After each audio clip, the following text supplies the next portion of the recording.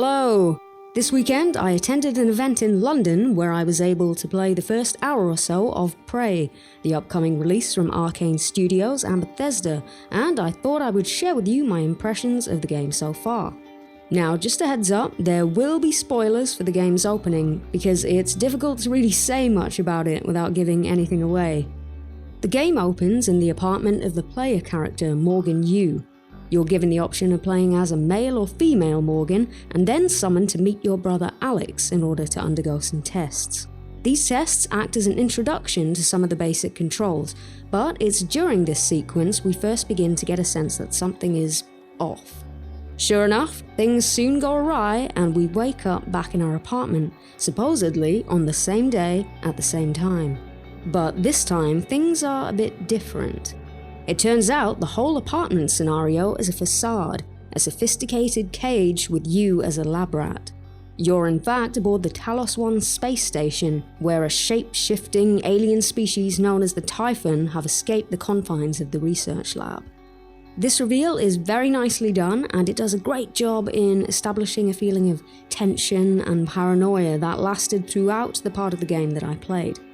We're also introduced to a helper character that directs us on where to head next, but at this point we're left in the dark as to who they actually are and whether or not we can really trust them. The first enemies we encounter are mimics, smoky, spider-like creatures that can camouflage themselves as everyday objects in order to hide or to ambush you. We do encounter a larger, more dangerous variant called a phantom, and I'm hoping there'll be other types introduced as the game progresses. The suspenseful atmosphere is a large part of what makes Prey enjoyable, and I feel that some of that would be lost if we become too accustomed to the enemies. Another important factor when it comes to atmosphere is the score and sound design, and Prey is excellent in this regard.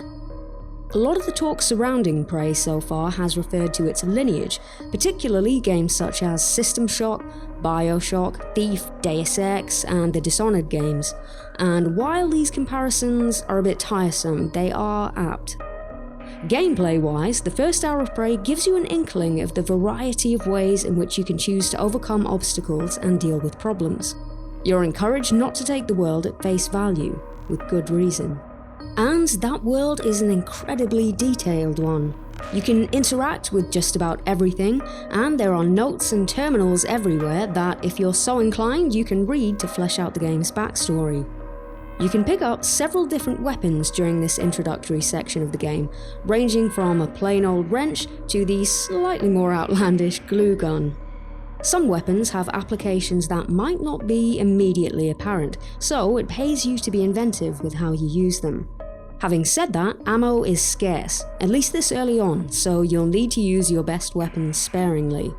It's possible that this changes later in the game, or it could be a way of encouraging you to vary your methods. Lateral thinking is very much the order of the day here. There are also skill trees that you can advance by acquiring neuromods, which you use by plunging a massive needle into your eye. You can unlock abilities that allow you to move heavy objects, improve your combat skills, repair things, and so on. Later in the game, you can acquire neuromods that give you alien abilities, but I wasn't able to try these out during the section I played. In terms of level design, there's a strong Metroidvania element to Prey. Returning to areas you've already been once you acquire new items and abilities can often yield rewards. There's also a crafting element that I came across towards the end of the demo, but I didn't have the materials or required skills to really see what it's capable of.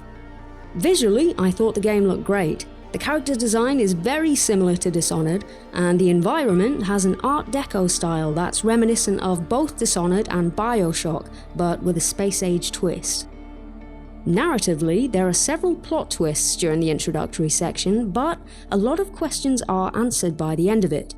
I'm hoping that the rest of the game still has plenty of surprises in store.